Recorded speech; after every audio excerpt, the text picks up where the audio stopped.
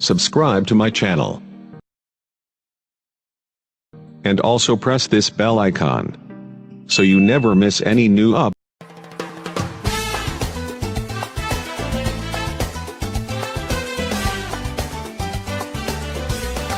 Y ahora, desde la ciudad de Sioux Falls, Dakota del Sur, y para el mundo entero.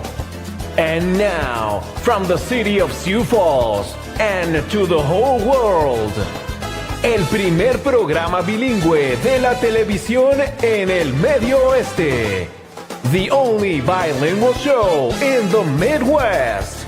La Voz Hispana TV.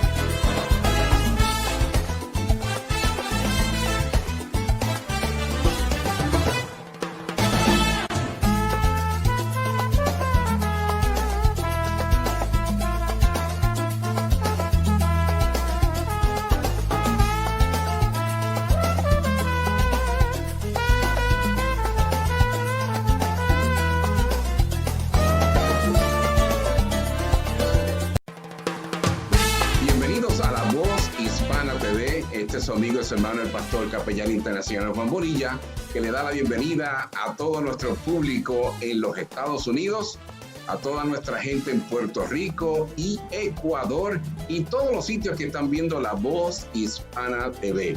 Hoy estamos sumamente orgullosos de tener un invitado de lujo, una primicia que se está haciendo a través de La Voz Hispana TV, a través de todos los Estados Unidos y Ecuador.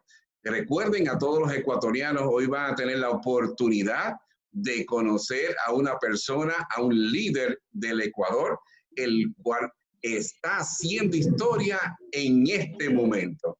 Así que vamos a darle la bienvenida al doctor Pastor Carlos Gerson Almeida. ¿Cómo estamos, doctor? Un saludo cordial para todas las personas que nos están escuchando en este momento. Gracias a Dios estamos avanzando y bueno, esperando tiempos mejores, porque este es un tiempo de una transición maravillosa. Muchas gracias por la oportunidad y un saludo afectuoso siempre. Perfecto. Doctor Almeida, háblenos un poquito de usted para que nuestro público ecuatoriano y todas las personas hispanoparlantes en los Estados Unidos, Puerto Rico, Cuba, España, que están viendo este programa, sepan más de usted. Bueno, Gerson Almeida soy un pastor, también soy licenciado en Ciencias Jurídicas y Sociales, abogado de los Tribunales de la República en servicio activo, soy doctor en jurisprudencia, tengo especialidad en Derecho Económico Internacional y también una maestría en Teología. He trabajado aproximadamente 22 años en lo que es el ministerio pastoral y evangélico y también 22 años en el ejercicio de la profesión, lo cual me ha dado una clara concepción acerca de lo que es la problemática nacional y los intereses de esta. Creo yo que este es un momento en el cual la experiencia, también la academia se tiene que juntar para sacar soluciones prácticas, así como nosotros estamos planteando hoy por primera vez en el Ecuador un sistema de pensamiento político nuevo. Tradicionalmente conocemos lo que es la derecha y la izquierda y casi en todo el continente americano, pero estamos nosotros rompiendo este paradigma de pensamiento político que se enclaustró a partir de la post-revolución francesa, donde hubieron conceptos académicos que nos dejaron sesgados en ese punto. Por eso nosotros entendemos que la política va más allá de un entendimiento horizontal, es decir, de un sesgo, de una comprensión que va solamente a este nivel. Nosotros queremos buscar la virtud de la política, la virtud de la economía. Por eso el pragmatismo ético, que es lo que nosotros estamos desarrollando, busca la aplicación práctica a soluciones nacionales con un límite, que es la ética. Esta ética nos va a permitir a nosotros respetar los derechos de pensamiento social, los pensamientos políticos dentro de la sociedad y llevar al país, finalmente, desde el punto de vista económico, a un superávit, desde el punto de vista social, a la paz, y desde el punto de vista jurídico, a un progreso. Gerson Almeida es una persona que tiene una convicción clara, con la fe puesta en el Señor y avanzar en todas las propuestas que estamos haciendo hoy por hoy. Me encuentro hoy en una candidatura presidencial en la ciudad de Quito, Ecuador, recorriendo todo el país y agradeciendo todo el apoyo que hemos tenido a nivel nacional. Y doctor, le pregunto, ¿de dónde nace de pastor, abogado, doctor, en correr para la presidencia de Ecuador? Bueno, yo creo que llega un momento en la vida de un hombre y de un conglomerado, en este caso no soy solo yo, sino todo un grupo que me respalda, que estamos interesados en detener ciertas cosas que vamos viendo que vulneran el debido proceso. Esto es, vemos que las leyes no empiezan a aplicarse como deberían, los procesos constitucionales están siendo vulnerados, los procesos también de amalgama de lo que es ley suprema o ley constitucional versus una ley que es de menor jerarquía, que producirían unas antinomias jurídicas, o sea, contradicciones. Aparte de esto, todo un estallido social que se viene dando por incomprensión, por falta de comunicación.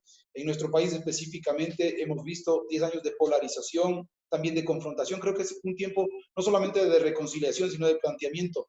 Sin estar discutiendo, sin estar peleando con los puntos ideológicos contrarios, proponer soluciones prácticas. Desde ese punto de vista hemos realizado luchas que han dado una muy buena capitalización. Nosotros pudimos, desde el punto de vista de nuestra cosmovisión, detener todo lo que es el avance de, por ejemplo, la aplicación de leyes que hubieran contradicho lo que la norma suprema establece con respecto al derecho de la vida, que desde nuestra concepción es el más importante de todos los derechos. Sin el derecho a la vida no hay derecho de asociación, no hay derecho de permanencia, no existen discotecas, no existen restaurantes, no existe nada. El derecho de vida es el mayor de los derechos. A partir de ahí, creyendo que este es un elemento que además implica el progreso de cualquier nación, si consideramos la definición clásica de un Estado que tiene territorio, población y gobierno, nosotros nos enfocamos en la protección de la población. Y este es un tema que va más allá del debate filosófico que en nuestro país ha sido zanjado. La norma constitucional protege la vida desde la concepción de tal forma que nosotros, desde el punto de vista del Ejecutivo, a donde vamos a llegar, haremos cumplir. Esa es la función del Ejecutivo, cumplir y hacer cumplir lo que la Constitución y las leyes establecen. En ese sentido hemos visto que hay mucha vulneración, mucha presión social para desestabilizar lo que es un orden social en base a un ordenamiento jurídico que ya está establecido. Creemos que es un tiempo de respeto a la ley, de un respeto a los derechos de todos los ciudadanos ecuatorianos y sobre todo de un compromiso social. Con el respeto, con el amor al prójimo, nosotros hemos planteado este sistema que le estoy repitiendo es novísimo y pretendemos hacer un cambio estructural en nuestra nación. Excelente. Y mientras estaba buscando toda la información y biografía y todo acerca de usted y de su candidatura a la presidencia del Ecuador, me encuentro que un pastor se une o une esfuerzo con una activista católica, la señora Marta Cecilia Villafuerte. Háblenos de ese dúo dinámico que está trabajando para convertirse en la alternativa del Ecuador. Justamente hace un año aproximadamente estuvimos en las afueras de la Asamblea y ahí pudimos compartir y converger con Marta Cecilia, que es mi binomio, una mujer que está preparada, tiene cualidades y tiene aptitudes para hacerse cargo de la vicepresidencia con muchísima suficiencia. Ella es activista pro vida también, igual que yo, y fuimos justamente nosotros dos quienes estuvimos liderando unos grupos heterogéneos cada uno, pero que buscaban el mismo fin común. Hemos hablado, ella habló en el Pleno de la Asamblea Nacional al respecto de esta problemática. Ella vive en Guayaquil, es mujer, es católica y tiene también esta misma convicción. Está trabajando muy profundamente con respecto a esto, es profesional, tiene la facilidad de poder llegar al sector de la costa, sector femenino, sector católico, y de esta manera nosotros pretendemos hacer más que un movimiento de tipo o de corte religioso, un movimiento de tipo práctico, que es lo que nosotros planteamos, solucionar de manera práctica y atendiendo todas las realidades. Nosotros hemos superado diferencias que se podrían dar en este sentido y pretendemos que el pueblo ecuatoriano entienda también que son superables todas las diferencias de sexo, raza, color, etnia, etcétera, y todo lo que nosotros entendemos es que el Ecuador está necesitando hoy por hoy más que un discurso ideológico, el pragmatismo. Tenemos, o lo práctico, tenemos una gran cantidad de hombres y mujeres jóvenes de nuestra nación que más allá de estar alineados con un discurso, lo que quieren es soluciones, oportunidades, una activación de la economía, y eso es lo que nosotros planteamos. Un binomio que es el único binomio pro vida por convicción, un binomio joven, un binomio que no tiene compromiso ni con sectores económicos ni políticos previamente. De esa manera estamos dando una nueva alternativa que el Ecuador tanto la necesita. Hemos dicho durante mucho tiempo que necesitamos una nueva alternativa. Hemos presentado al Consejo Nacional Electoral nuestro plan de gobierno, el cual fue aceptado sin ningún reparo, ninguna objeción, ni en el fondo ni en la forma, y por lo tanto creemos firmemente que este es el tiempo de hacer un restablecimiento, una reestructuración del Estado ecuatoriano. Esta sinergia entre Marta Cecilia y quien les habla está generando una unión entre la costa y la sierra, una amalgama de criterios, una sinergia de género masculino, género femenino, de tal forma que creemos que por delante tenemos un futuro lleno de promesas, muy promisorio para llegar más allá de la victoria. Perfecto, entonces vamos a hablar de unos temas que todo el mundo en Ecuador, y no solamente en Ecuador, sino fuera de Ecuador, los ecuatorianos que están en los Estados Unidos y en otras partes del mundo están viendo y quieren saber cuál es su punto de vista, cuál es su opinión, cuál es su plan estratégico. Vamos a hablar de la economía del Ecuador. Todos sabemos que por 10 años o un poco más, la economía del Ecuador ha venido sufriendo unos impactos impresionantes, los cuales la han llevado al momento de ahora mismo, que cuando se presentó esta pandemia mundial, Ecuador prácticamente lo consiguieron o lo encontraron sin dinero en la caja. Vamos a ponerlo así para que la gente lo entienda. ¿Cómo usted piensa, junto a la señora Marta Cecilia Villafuerte y todo su equipo de trabajo, arrancar esta economía que está en este momento estancada, está afectada grandemente por una serie de sucesos que han surgido en Ecuador? La pregunta es completamente válida, ¿verdad? Y creo que usted lo ha enfocado desde el punto de vista práctico. El Ecuador, yo hablo constantemente con personas que gozan de cierta reputación de conocer economía, finanzas y todo lo demás, y encuentro el mismo error de fondo. Mientras nosotros no rectifiquemos los errores de apreciación de nuestra economía, cometeremos los mismos errores de los últimos 150 años en el Ecuador. Percepciones desde derecha, percepciones desde la izquierda y queriendo dar soluciones que en realidad en el Ecuador, como podemos ver, nunca han representado una solución. Eso es lo que tenemos en el Ecuador. Y estas personas, hablan de una reactivación de la economía. La pregunta reiterativa es cómo usted hacer para reactivar la economía. Y la cosa que tenemos que empezar a definir aquí es que el Ecuador nunca ha estado activado. Cuando entendemos en términos económicos que la activación implica que el 50% más uno de la potencia productiva del país está en marcha, eso es una activación. El Ecuador ha tenido, en el mejor de los casos, el 25% activado. Y esto de sectores económicos, sociales o políticos que se han hecho del poder. El Ecuador nunca ha tenido una activación. Lo que tenemos que hacer por primera vez en el Ecuador, y eso es lo que plantea el pragmatismo ético, es activar, que se aleje de nosotros del paradigma de la reactivación. El Ecuador necesita una activación, y esto se va a lograr mediante la canalización de ciertos recursos. Usted bien menciona que la pandemia el Ecuador la encontró básicamente sin recursos, sin reserva, y básicamente el Ecuador, mire lo que sucedió. Es uno de los países que en tasa relativa es uno de los que más fallecidos tiene por causa del COVID, y es verdad que el COVID no hace distinción ni de naciones, ni de raza, ni de personas, ni de género. No es culpa de nadie que haya venido esta pandemia, pero sí es culpa de los gobiernos saber cómo enfrentar la pandemia.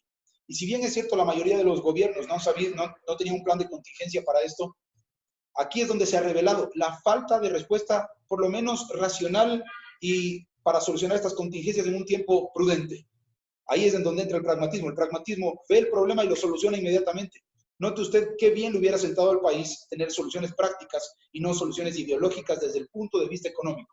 Aquí en el Ecuador vimos una barbaridad desde mi punto de vista, y es que $300 millones se destinaron en plena pandemia y en pleno foco de infección, $300 millones, aun cuando los organismos multilaterales recomendaban que eso se destine a la atención de la contingencia médica. Se hizo un pago al Fondo Monetario Internacional y se hizo un pago a la deuda. Y eso es inconcebible desde el punto de vista práctico. Lo que tenía que hacer es destinarse en ese momento que estaba surgiendo y que estaban muriendo tantas personas en la calle, desplomándose, tenía que haberse destinado al pago, no de la deuda, sino a la adquisición y al empoderamiento del sistema de salud. Y eso de ahí obedece a un sistema dogmático. La derecha siempre va a atender al pago de la deuda, siempre va a atender a este tipo de cosas. Y decían que es que porque vienen unos miles de millones de dólares después para recursos. Lo que necesitábamos era una contingencia inmediata. Note usted cómo un país puede ser víctima de un sistema ideológico, político y económico. cuando lo que nosotros tenemos que hacer es en este momento ver hacia el futuro y resolver los problemas sobre la viada. La generación joven exigimos eso. Quienes estamos tomando hoy esta nueva transición, no exigimos un método tradicional dogmático. Creo que en el Ecuador hay una generación joven brillante que está esperando una oportunidad para dar este tipo de soluciones. Así es como el Ecuador tiene que activar lo que le digo. Hay un paradigma que tiene que ser roto, que es el del dogma, y hay una verdad, una realidad que tiene que ser establecida, que es la de la práctica. La práctica con el límite de la ética. Es antiético dejar que miles de personas mueran para pagar una deuda. Antiético completamente. Si se hubieran presentado planes éticos y prácticos, el Ecuador hubiera confrontado de mejor manera a esta pandemia. ¿Cómo vamos a hacer para captar recursos? ¿Cómo vamos a hacer para activar? ¿Cómo vamos a hacer para dar esta generación de empleo? Nosotros hemos presentado, repito, una tesis ante el Consejo Nacional Electoral que tiene que ver con esto de aquí, que es la activación. Es decir, por primera vez, un grupo de jóvenes que están viviendo en el subempleo van a tener la oportunidad de emprender y ser apoyados sin trabas que reducen la capacidad del desarrollo económico. Me explico. Para una persona que recién se gradúa, tener la oportunidad de entrar a un capital necesita pasar por un buró de crédito. Buró de crédito que le pide experiencia de 10 años. El joven se acaba de graduar. Le pide que tenga un historial crediticio maravilloso. El joven no tiene ningún historial crediticio. Y si por desgracia alguna vez contrató con alguna empresa telefónica y quedó debiendo 2 centavos o 3 centavos, hay un buró de crédito que le pone en un lugar que se llama Central de Riesgos. Le dejaron interdicto financieramente de tal forma que no puede contratar, no puede obtener crédito. Y aquí en el Ecuador estamos atados por una serie de trabas burocráticas que le quitan la practicidad a esto que le estoy diciendo. De ahí entendemos que la practicidad o el pragmatismo se hace necesarísimo. No solamente es una alternativa, sino una necesidad que hoy se va estableciendo, y no solo en el Ecuador, sino creo que en todas las naciones del mundo. El Ecuador enfrenta hoy por hoy un reto, y el reto se lo hace con soluciones. Las soluciones no vienen desde el dogma, vienen desde la práctica. Con la ayuda de Dios saldremos adelante. Bien, hablemos del tema de todos los días desde que comienza o antes que comenzara la pandemia. Estamos hablando de la corrupción, de la malversación de fondos, del fraude, de jueces que buscan otros intereses, policías corruptos, personas en los hospitales que negocian el dinero del pueblo para lucrarse ellos y su familia. ¿Cómo? O sea, la corrupción, estoy viendo en Ecuador, se está convirtiendo, se ha convertido, es como algo cultural.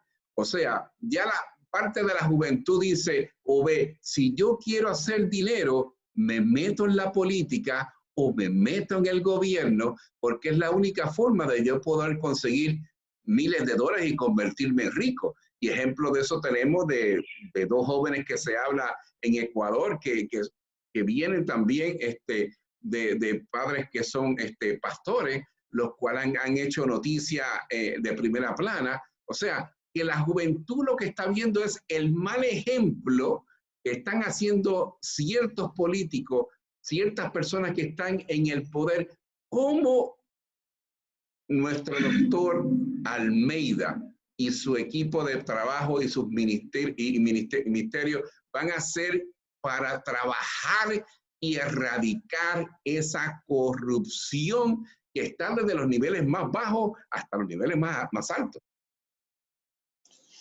Como usted bien señala, la corrupción es una cuestión casi endémica en el Ecuador. Aquí cualquier persona para salir de un apuro en tránsito no tiene ningún reparo en otorgar $10 y eso ya es corrupción. Eso ya es corrupción. Y lo lamentable es que el 99% de la población lo ha practicado de una u otra forma. La recomendación para entrar a la universidad sin dar el examen, sino con una recomendación del amigo, es corrupción. El saltarse una fila en el banco es corrupción. Entonces aquí estamos evidenciando un sistema de valores éticos y morales realmente caduco. Por eso es que el planteamiento va desde el pragmatismo ético. Yo entiendo que la corrupción es un fruto y por lo tanto se tiene que reestructurar el sistema del Estado. Lo que estamos viviendo hoy en cuanto al sistema de valores es terrible. Cuando las personas están llamando a lo que es blanco negro y a lo negro blanco, lo que estamos haciendo es una percepción inadecuada de lo que es lo natural. La razón no pide fuerza. Desde ese punto de vista, aquí en el Ecuador nosotros tenemos en el pensum educativo que se han quitado materias que dentro del pensum de una u otra forma canalizaban la actitud de las personas. Nosotros vemos paredes pintarrajeadas por todos los lugares y lejos de ser una expresión cultural, eso lo que demuestra es una falta de percepción acerca de lo que es correcto y de lo que no es correcto. Hay murales para pintar y hay lugares para vivir y no todos los murales son lienzos para aplicar su cosmovisión de cada persona. Lo que nosotros tenemos que hacer en este punto es corregir desde la raíz. Hay dos formas de corregir la corrupción. Como abogado sé que lo que nosotros tenemos es un sistema legal que fomenta y alienta la corrupción. Entonces se tiene que hacer una reforma legal para agravar las penas, por ejemplo, para las personas que contra el patrimonio público, el erario público, se vayan. Pero eso de ahí es una solución coyuntural, no es una solución estructural. ¿Qué quiere decir? Vamos a podar el árbol. Pero si nosotros queremos romper ese árbol de corrupción, lo que hay que hacer es cortarlo de raíz. ¿Y cómo se logra eso?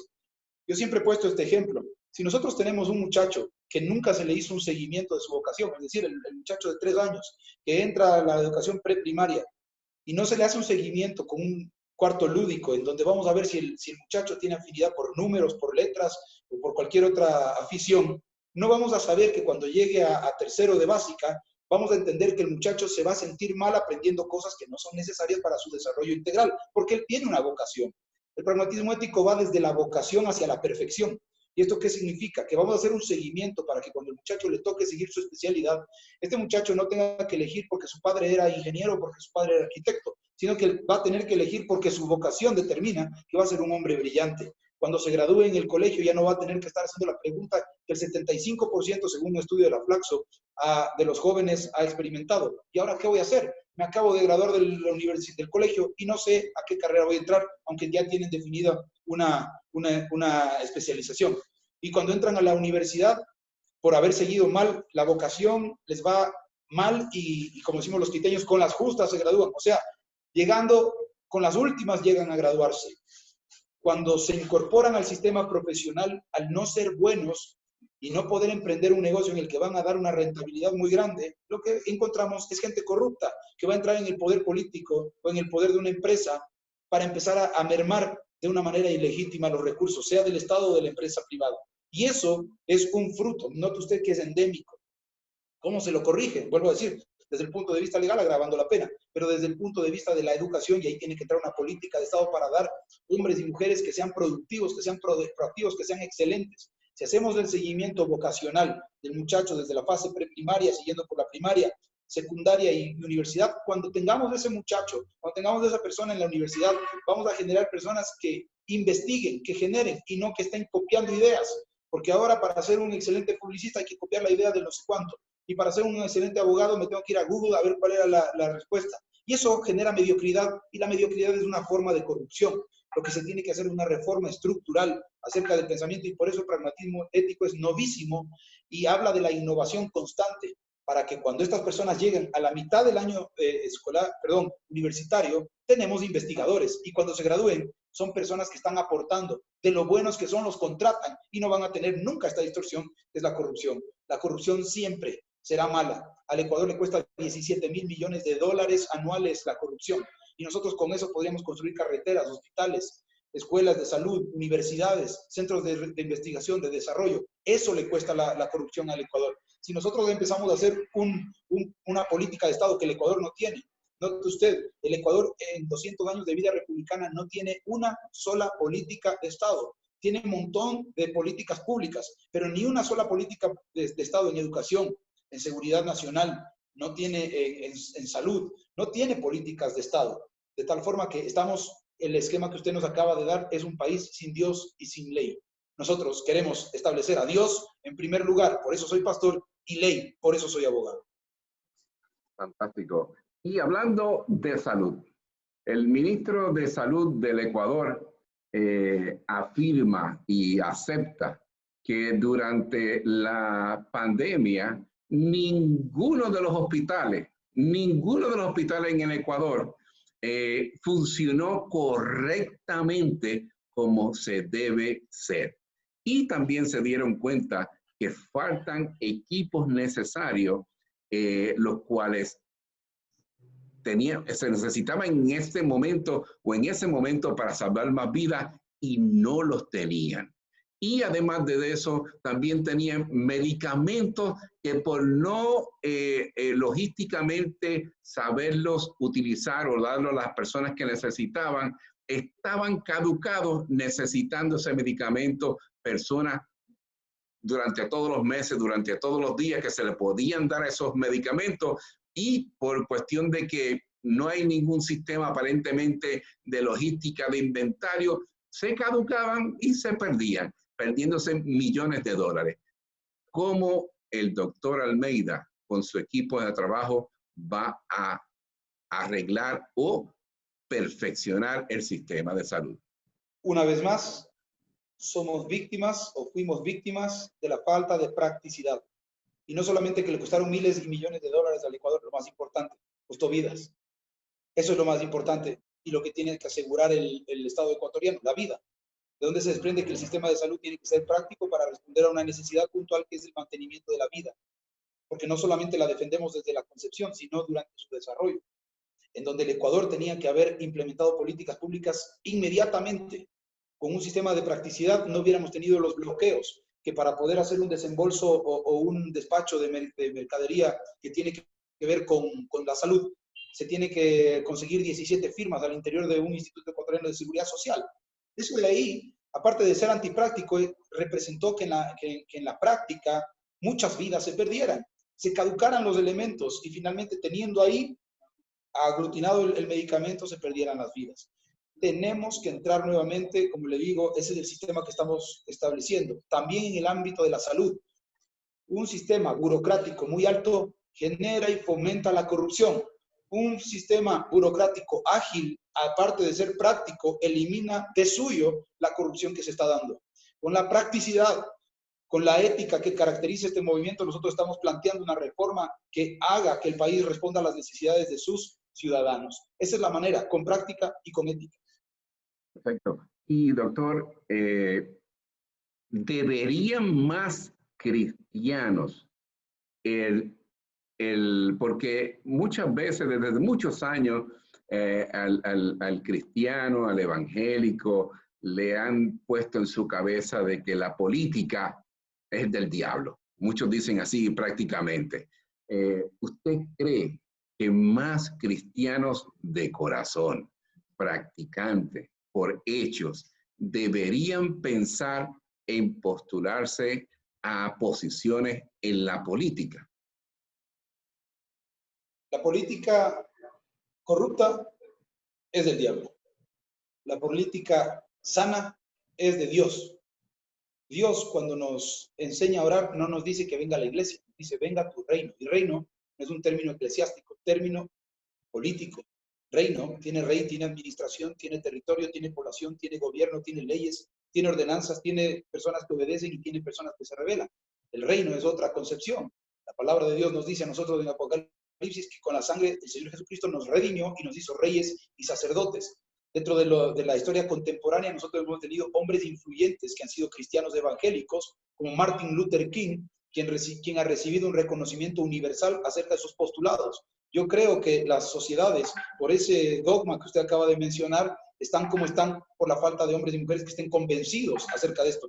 Yo no estoy diciendo que para esto se necesita ser cristiano evangélico, pero sí estoy diciendo que un cristiano evangélico convencido puede traer un cambio fundamental en base a sus convicciones. Pienso que la política no debe ser convencional, es decir, me hago político porque me conviene, lo que usted decía, para hacerme rico. Esa es una práctica mala, esa es una práctica nefasta, a eso hemos estado acostumbrados.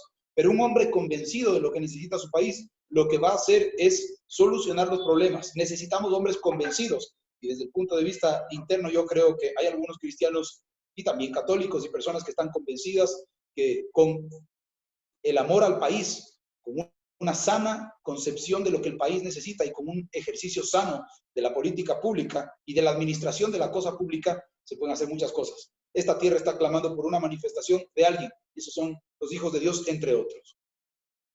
Amén. Todavía no empieza la carrera política oficialmente y ya se ven encuestas alrededor de todo el país, las cuales yo no creo en encuestas, porque depende de quién haga la encuesta, para quién se haga la encuesta, con qué propósito se hace la encuesta, y ya están dando que hay un candidato el cual tiene una ventaja sobre los demás candidatos. Estamos hablando de Guillermo Lasso. Y yo traigo esta pregunta, que es una pregunta un poquito atrevida, pero hay que hacerla porque la gente se lo está haciendo. ¿Guillermo Lasso es más de lo mismo? Y la segunda pregunta es, ¿qué diferencia al doctor Almeida de Guillermo Lasso como alternativa? No me gusta hablar en contra de nadie, pero si usted me dice cuál es el parámetro de referencia con respecto a toda esta maquinaria electoral que se está planteando, nosotros empezamos a hacer nuestra aparición política en este momento de una manera repentina, desde el punto de vista de algunos. Si usted me pregunta a mí cuánto es la diferencia entre él y yo, él tiene 3 metros y yo tengo 1,70 m. Él tiene jabalina y escudo, yo tengo una honda y una piedra. Él puede tener todo un andamiaje, nosotros tenemos toda la fe. Nosotros creemos que el país necesita un cambio y ese cambio se lo hace sin haber tenido componendas con el pasado. Yo no creo que se pueda hacer un plan social cuando él fue el causante de que muchos ecuatorianos salgan del país. No me gusta hablar mal de las cosas. La ventaja que tenemos es la sinceridad, quiero utilizar eufemismos, es la sinceridad en cuanto al planteamiento que nosotros tenemos. La fe, yo estoy convencido que el pueblo ecuatoriano tiene total conocimiento de esto. No creo en las encuestas pagadas, y estas encuestas pagadas le ponen a él en primer lugar. A nosotros no se atreven ni siquiera a ponernos en nuestro nombre dentro de las encuestas. Y conste que nosotros ya constamos calificados en el Consejo Nacional Electoral. Por ética periodística, por ética de recopilación de datos, deberían poner nuestro nombre. Pero en una de las encuestas que sí se atrevieron a poner nuestro nombre, nosotros terminamos 14 puntos de arriba del primero que en la tendencia electoral hoy por hoy está. Este es Arauz. Así que nosotros confiamos no en lo que dicen las encuestas, sino en lo que dice la gente. Tenemos el apoyo en 24 provincias con una base sólida, así como sucedió en Estados Unidos, así como sucedió en Brasil, así como sucedió en El Salvador, va a suceder en el Ecuador. Que nadie les daba ganadores a ellos, pues la sorpresa va a ser bastante grande, porque la piedra va a pegar en la cabeza. Fantástico esa pregunta, esa contestación. ¿Usted cree que el socialismo del siglo XXI o lo que llama ahora el populismo es una opción para Ecuador? Ni para el Ecuador, ni para ninguna nación de Latinoamérica, ni del mundo. El socialismo del siglo XXI obedece a intereses particulares sesgados de una de las antípodas que yo le acabo de hablar. No se han solucionado durante algunos años en el Ecuador las cosas con ese esquema y no creo que se vayan a solucionar en el corto o mediano plazo y peor en el largo plazo. Nosotros aquí lo que estamos tratando de hacer es establecer un diseño de desarrollo que sea de larga data. Ellos no han podido ser capaces de dejar nada en el mediano y en el corto plazo. Lo que han dejado es una juxtaposición de criterios. En las familias, unos están de un lado, otros están de otro lado. El Ecuador, repito, necesita una reconciliación nacional. No me gusta también que dentro de esta doctrina que usted acaba de mencionar, se están alineando con un foro de Sao Paulo, en donde se están dando, por ejemplo, en Chile, manifestaciones violentas. ¿De qué orden, de qué progreso, de qué derecho se puede hablar? Si es que ese es el fundamento, ¿qué nos espera después de 4 años de que ese árbol crezca? A ese árbol hay que cortarlo y hay que sembrar la buena semilla. Y esa semilla es el progreso, el orden, la ética, la virtud.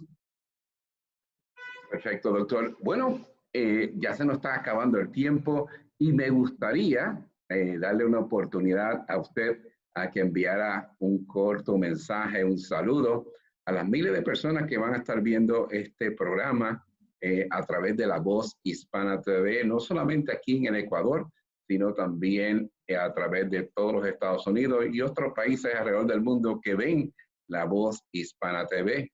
Yo creo que el mundo cristiano está mirando de cerca su candidatura a la presidencia. Ese binomio entre el pastor y la activista católica está enseñando mucho a las personas creyentes en Ecuador y alrededor del mundo. Y yo creo que es un excelente ejemplo y combinación, la cual muchos cristianos aquí en Ecuador que yo conozco, además de ministerios y pastores, personas creyentes, yo hacía preguntas, o sea, ¿cuál es el sentido? ¿Por quién usted va a votar en estas elecciones? Y la gente decía, pero es que si es más de lo mismo, no vemos la solución, son personas que ya han estado en una forma u otra en el gobierno y en situaciones que no son claras, pero yo creo que ahora, teniéndole a usted y a la señora Marta Cecilia Villafuerte, yo creo que el mundo cristiano, los cristianos en el Ecuador, tienen una alternativa clara, la cual es confiable viéndolo desde el punto de vista espiritual, desde el punto de vista de cristiano. Y si vemos las estadísticas del 2016, hay en Ecuador el 95% de las personas practican una religión. Y eso significa que el 95% de esas personas tienen el poder del voto. Y esas personas van a estar mirando muy detenidamente a su candidatura y su plan de trabajo. La base del partido es importante que esté clara para que se sientan con la comodidad de escoger un binomio que cambie y que traiga una esperanza nueva para el Ecuador. Así que le dejo las cámaras y los micrófonos de La Voz Hispana TV para que usted entonces le envíe un mensaje. Bueno, siempre hay esperanza. En todo proceso siempre hay una esperanza y en el Ecuador no estamos viendo la diferencia. Hemos vivido, repito, 200 años de lo mismo, como usted bien dice, de lo mismo. Izquierda, derecha, y solamente hemos visto aglutinar el poder y el capital en manos de unos pocos, y esto de aquí es una de las principales preocupaciones. Hoy estamos a las puertas de tener una oportunidad incluyente, generar mercado, generar consumo, generar que los jóvenes por primera vez experimenten un nivel de vida alto, una vida en abundancia, una vida plena. Nosotros hemos obtenido la consecución de la autorización, calificación en firme en el Consejo Nacional Electoral.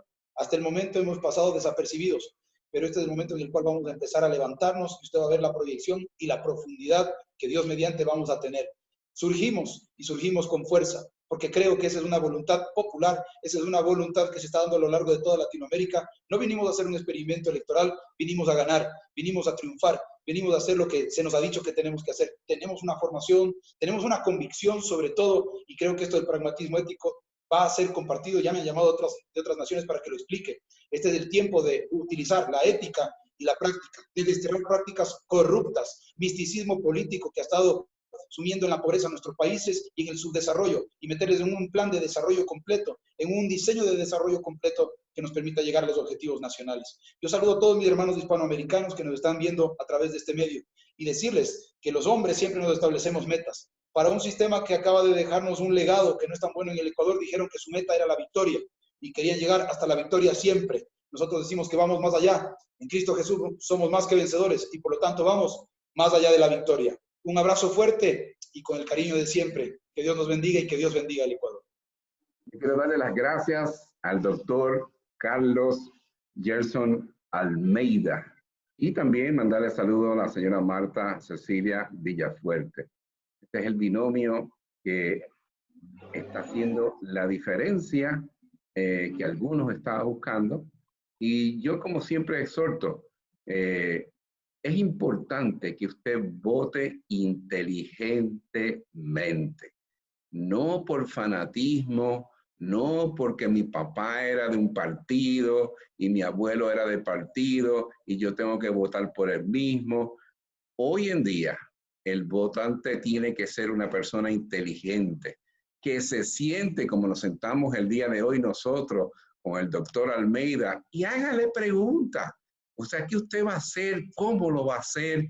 ¿De dónde se van a sacar los fondos? Esas son preguntas importantes que si el candidato es un candidato serio, ya ustedes saben que va a tener una contestación clara y precisa en la cual usted va a utilizar esa información para el momento de sufragar su voto, que es un derecho suyo, para poder hacer un cambio en el país, para poder ayudar a su país.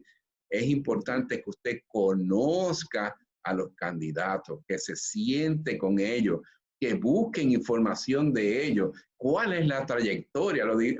En la Biblia dice que por sus hechos los conoceréis, por sus actos los conoceréis. Pues es importante que usted se siente, eso es un consejo que Dios le da a través de la Biblia. Usted siéntese, busque información, busque la trayectoria, cómo piensa, si está o no está a favor del aborto o de la vida, todas esas cosas. Es importante. ¿Por qué? Porque usted tiene el poder de cambiar el futuro para usted y para sus hijos y para toda una nación. Queremos darle las gracias al doctor Carlos Gerson Almeida por estar con nosotros el día de hoy, La Voz Hispana TV. Esperemos que no sea la primera y la última, que esto está abierto no solamente para él, sino para cualquier otro candidato, pero si él quiere una próxima vez venir con la señora Marta Cecilia Villafuerte, que también ustedes la conozcan, pues estamos aquí a disposición y queremos darle las gracias por haber estado y sacado este tiempo con nosotros, y a todo su equipo de trabajo que está detrás de las cámaras ahí con él, que estuvieron trabajando a todo vapor para que saliera una bonita entrevista como la hemos tenido hoy. Así que, mi doctor, que Dios me lo bendiga a usted y su familia y a todo su equipo de trabajo, y nos vemos una próxima vez en La Voz Hispana TV. Que Dios me los bendiga. Muchas gracias. Un abrazo.